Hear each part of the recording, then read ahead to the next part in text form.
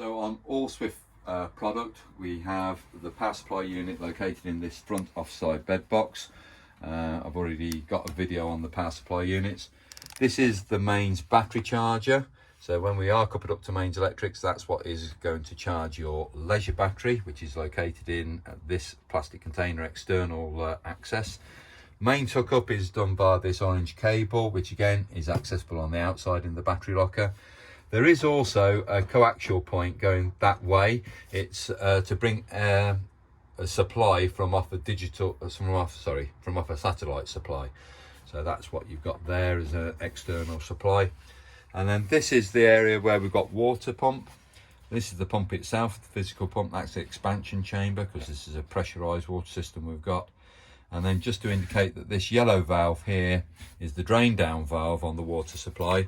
When it's horizontal, it's closed and supplying the system. If it was raised vertical, you'll hear water drop out, which is that. And that would be draining the boiler from any water that may be contained in there over a winter period for drainage. On the ALDE heating system, we establish temperature. We haven't turned the boiler on as yet, so we will be covering that shortly, as I say in another video. But the water gets heated up to approximately 60 degrees centigrade, which is really warm. So do use it as a mixer tap system. When you are having a shower, that will prolong how much water will retain in the boiler itself. So just be aware of that when you first get running water through, yes, it is going to be hot, so do use the cold as a mixer. So when we wanting to get running water through our tap, we first off obviously have to start off with a full container of water on the outside. We could also be in a situation where you might have a mains water connection.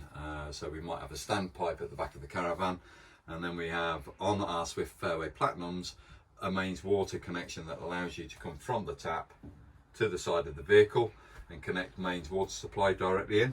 Other than that, today we're actually using an aqua roll. We make sure that the drain down valve is closed off, which we've already established on this vehicle. We've also established we've got 12 volts on and we've got the water pump turned on.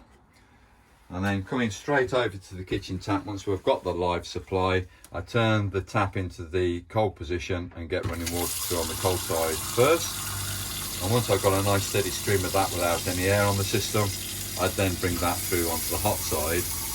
Because what I would be doing at that point is filling up the boiler if I'm starting from fresh. This boiler, the ALDE heating system located in the offside front corner, right in the underneath this seat area, is going to have approximately 2 gallons of water go into that system. And then once I've got that tank full, that's when I've got a nice steady stream of water coming through that side of the system. And as you can see, I don't know if you can see the seam being raised on this. This is already, wow, heated up to temperature. On the ALDE heating system, we establish temperature. We haven't turned the boiler on as yet, so we will be covering that shortly, as I say in another video.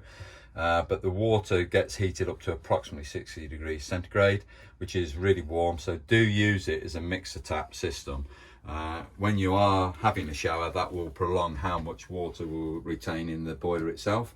So just be aware of that when you first get running water through, yes, it is going to be hot, so do use the cold as a mixer. Thank you.